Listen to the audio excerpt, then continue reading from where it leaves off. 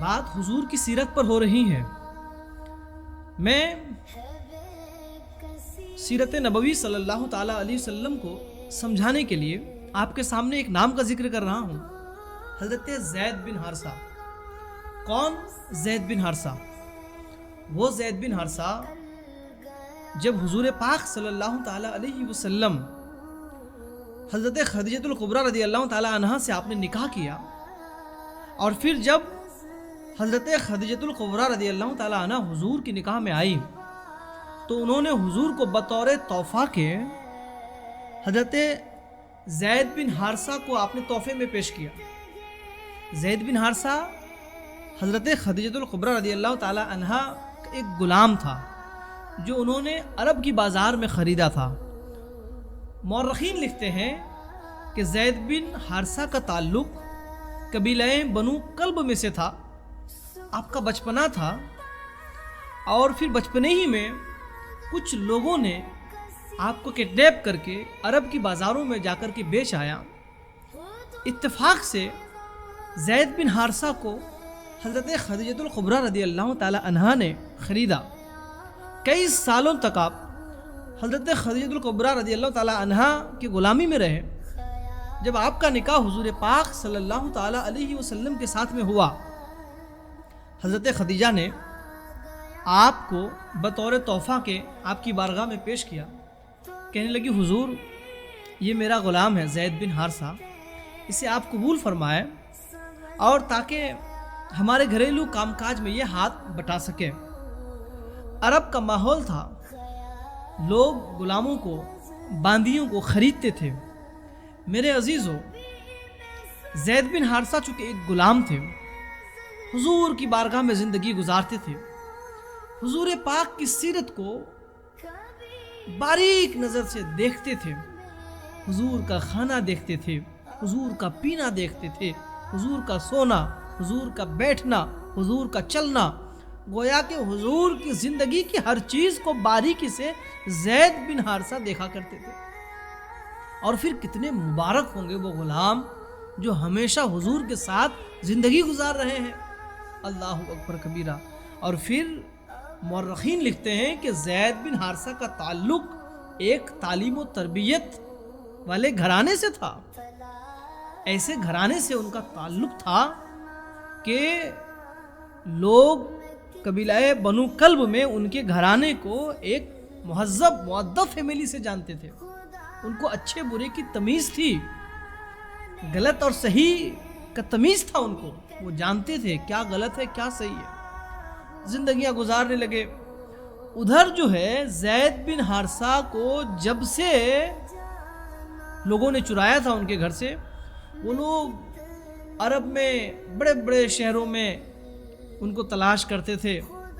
آج کا دور تو تھا نہیں کہ سوشل میڈیا میں ڈال دیا گیا اور پھر ایک خبر جو ہے چند سیکنڈ میں منٹ میں پوری دنیا میں پھیل جاتی ہے. بلکہ لوگ قافلاؤں سے کہتے تھے کہ اگر کہیں ہمارا بچہ دکھے، کسی بازار میں دکھیں تو آپ ہمیں ضرور بتائیں. اتفاق سے کچھ لوگ مکہ شریف طواف کرنے کے لیے آئے. جب آپ لوگ مکہ شریف آئے، طواف کر رہے تھے، تو دیکھا کہ اسی مکہ شریف کے ارد گرد زید بن حارثہ بھی ہیں. لوگوں نے دیکھا اور پہچان گئے. کہنے لگے زید بن حارثہ تم یہاں کیا کر رہے ہو؟ کہنے لگے کہ میں محمد بن عبداللہ کے گھر غلام ہوں، انہی کے گھر اپنی زندگی گزار رہا ہوں. کہنے لگے تمہارے گھر والے تمہیں تلاش کر رہے ہیں. خیر کوئی جواب نہیں دیے. وہ لوگ جب زید بن حارثہ کو دیکھنے کے بعد جب واپس اپنے قبیلے کی طرف گئے تو ان کے گھر والوں کو بتایا کہ آپ کا بیٹا زید بن حارثہ مکہ شریف میں ہے اور ایک بہت بڑا گھرانہ ہے وہاں حضرت عبداللہ کا. ان کے ایک بیٹے ہیں محمد جن کا نام ہے صلی اللہ تعالیٰ علیہ وسلم، ان کے گھر میں زندگی گزار رہے ہیں. جیسے گھر والوں نے سنا، چہرے میں خوشی ظاہر ہونے لگی. لوگ ایک دوسرے سے باتیں کرنے لگے. آپس میں جب باتیں کرنے لگے تو سوچنے لگے کہ چونکہ بڑے گھر میں ہیں، غلام کی حیثیت سے ہیں، تو کچھ فدیہ دینا پڑے گا تاکہ ان کو چھڑایا جائے. ان لوگوں نے فدیے کے طور پر کچھ درہم دنانیر لے لیے، کچھ پیسے لے لیے. لینے کے بعد زید بن حارثہ کے والد گرامی، ان کی والدہ، ان کے چچا، ان کے بھائی، ان کے گھر والے مکہ شریف کی طرف روانہ ہو گئے۔ جیسے ہی آپ لوگ مکہ شریف پہنچے، آئے تو دیکھا کہ یہاں کوئی نہیں ہے۔ لوگوں سے پوچھا کہ محمد بن عبداللہ کا گھر کون سا ہے؟ لوگوں نے بتایا، اور آپ لوگ حضرت محمد بن عبداللہ کے گھر میں گئے۔ جیسے آپ ان کے گھر گئے، دیکھیں کہ حضور پاک صلی اللہ تعالیٰ علیہ وسلم اپنے گھر میں بیٹھے ہیں، اور یہ واقعہ اعلان نبوت سے پہلے کا ہے۔ آقا نے ابھی تک اعلان نبوت کیا نہیں ہے۔ میرے عزیزو، اعلان نبوت سے پہلے حضور کے کردار کو دیکھیے، سیرت نبوی کو دیکھیے، سیرت آقا کریم کو دیکھیے۔ یہ لوگ جیسے ہی پہنچے، اجازت مانگی کہ اگر اجازت ہو تو ہم آپ کی بارگاہ میں آئیں، آپ کے پاس بیٹھیں، آپ سے کچھ باتیں کریں۔ میرے عزیزو، اجازت ملی، حضور پاک صلی اللہ تعالیٰ علیہ وسلم بیٹھے ہیں۔ زید بن حارثہ کے گھر والوں نے کہا کہ حضور، ہم لوگ قبیلہ بنو کلب سے آئے ہیں، ہم نے سنا ہے کہ آپ کے گھر ہمارا بیٹا ہے جو بحیثیت غلام کے ہے، ہمارے گھر سے کئی سال پہلے غائب ہو گیا تھا، اور آپ کے گھر وہ غلامی کر رہے ہیں۔ ہم چاہ رہے ہیں کہ ہم اپنے بیٹے کو یہاں سے لے کر کے چلے جائیں۔ میرے آقا کریم صلی اللہ تعالی وسلم سننے کے بعد کہنے لگے کہ اور آپ کو کچھ کہنا ہے؟ کہنے لگے حضور، اگر آپ برا نہ منیں، ہم نے فدیہ کے طور پر یہ مال و دولت لائے ہیں، یہ درہم و دنانیر لائے ہیں، ہم ایسے لے کر کے نہیں جائیں گے، ہم اس کے بدلے فدیہ دے کر کے اپنے بیٹے کو چھڑا کر لے جائیں گے۔ جیسے ہی میرے آقا کی بارگاہ میں زید بن حارثہ کے گھر والوں نے یہ ساری باتیں رکھی، میرے آقا کریم صلی اللہ تعالیٰ علیہ وسلم مسکرا کر کہنے لگے، آپ کی باتیں ٹھیک ہے، لیکن میں یہ چاہتا ہوں کہ یہاں زید بن حارثہ کو بلایا جائے، بلانے کے بعد انہی سے پوچھ لیا جائے، اگر وہ جانا چاہتے ہیں تو میرے طرف سے کوئی فدیے کی ضرورت نہیں ہے، میرے طرف سے کوئی منع نہیں ہے۔ میرے آقا کی سیرت پر قربان جائیے، میرے آقا کی زندگی کے اعمال و افعال پر قربان جائیے۔ میرے آقا نے فرمایا کہ فدیے کی ضرورت نہیں ہے، زید بن حارثہ سے پوچھ لیا جائے، اگر وہ جانا چاہتے ہیں تو آپ ان کو ایسے ہی لے کر کے چلے جائیں۔ اتفاق زید بن حارثہ میرے آقا کے گھر کے اندر داخل ہوتے ہیں۔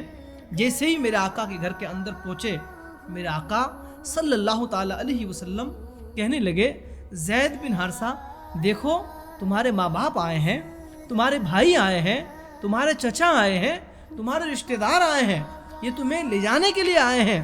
زید بن حارثہ نے جیسے ہی حضور کی زبان اقدس سے ان جملوں کو سنا، ایک بار اپنے ماں باپ کے چہرے کو دیکھتے، ایک بار حضور پاک کے چہرے انور کو دیکھتے، اور پھر اسی طریقے سے باری باری والدین کے چہرے کو دیکھتے، آقا کریم کے چہرے مبارک کو دیکھتے۔ ماں باپ کے چہرے کو دیکھنے کے بعد گلے ملے، مصافحہ معانقہ ہوا۔ اس کے بعد جیسے ہی آقا کریم کے چہرے انور کو دیکھنے لگے، میرے آقا نے فرمایا، زید بن حارثہ، یہ تمہارے ماں باپ ہیں، یہ تمہارے بھائی بہنیں ہیں، یہ تمہارے رشتہ دار ہیں، یہ تمہیں لے جانے آئے ہیں، اور ہاں یہ فدیہ دے کر لے جانے آئے ہیں، لیکن زید بن حارثہ، میں محمد اس چیز کا اعلان کرتا ہوں کہ تم اگر جانا چاہتے ہو تو تم بغیر فدیے کے اپنے ماں باپ کے پاس جا سکتے ہو، کسی بھی فدیے کی ضرورت نہیں ہے۔ اللہ اکبر کبیرہ، میرے آقا کی سیرت پر قربان جائیے۔ میرے آقا نے فرمایا فدیے کی ضرورت نہیں ہے۔ حضرت زید بن حارثہ نے جیسی حضور کی زبان مبارک سے اس بات کو سنا، زید بن حارثہ رونے لگے، رو رو کر کہنے لگے، یا رسول اللہ صلی اللہ تعالیٰ علیہ وسلم، یہ میرے ماں باپ ہے، یہ میرے رشتہ دار ہیں، لیکن میں نے تو یہ فیصلہ کر لیا ہے کہ آج کے بعد میری ماں بھی آپ ہے، میرے باپ بھی آپ ہیں، میرے بھائی بھی آپ ہیں، میرے رشتہ دار بھی آپ ہیں، میری دنیا و آخرت بھی آپ ہے۔ یا رسول اللہ، مجھے کسی بھی صورت میں میرے ماں باپ کے ساتھ نہیں جانا ہے، مجھے ہمیشہ آپ کے ساتھ رہنا ہے۔ اللہ اکبر کبیرہ، میرے آقا کریم کی وہ کون سی سیرت ہوگی کہ زید بن حارثہ نے اپنے ماں باپ کے ساتھ جانے سے انکار کر دیا؟ وہ سیرت نبوی ہے، وہ آقا کریم کے اخلاق کریمانہ ہے، جس کو دیکھ کر کے زید بن حارثہ نے حضور کے ساتھ رہنا پسند کیا، اپنے گھر والوں کو چھوڑ دیا۔ یہ محبت حضور کی خدا کی بارگاہ میں اتنی مقبول ہوئی کہ جب آقا کریم صلی اللہ تعالی علیہ وسلم سفر معراج پر گئے تھے اور پھر واپس آئے تو زید بن حارثہ سے بلا کر کہنے لگے، زید آج میں تمہیں ایک خوشخبری سنانا چاہتا ہوں۔ کہنے لگے، یا رسول اللہ سنائے نا۔ میرے آقا فرمانے لگے، زید بن حارثہ میں نے جنت میں تمہارے چلنے کی قدموں کی آواز سنی ہے۔ اللہ اکبر۔ کہنے لگے، زید میں نے جنت میں تمہارے قدموں کی چلنے کی آواز سنی ہے۔ یہ کس چیز کی برکت ہے؟ یہ صرف محبت رسول کی برکت ہے، یہ عشق رسول کی برکت ہے، یہ حضور کی سیرت کو عمل کر کے زندگی گزارنے کی برکتیں ہیں۔ اس لیے میرے عزیزو، حضور کی زندگی کو اپنی زندگی پر اپنی عمل میں لاؤ، حضور کی زندگی کی چھوٹی چھوٹی چیزوں کو اپنی عمل میں لاؤ۔ جب ہم حضور کی سیرت کو، حضور کے اعمال و افعال کو اپنی زندگی پر ڈال کر زندگی گزارنے کی کوشش کریں گے تو انشاءاللہ عز و جل ہماری زندگی کامیاب اور کامران ہو جائے گی۔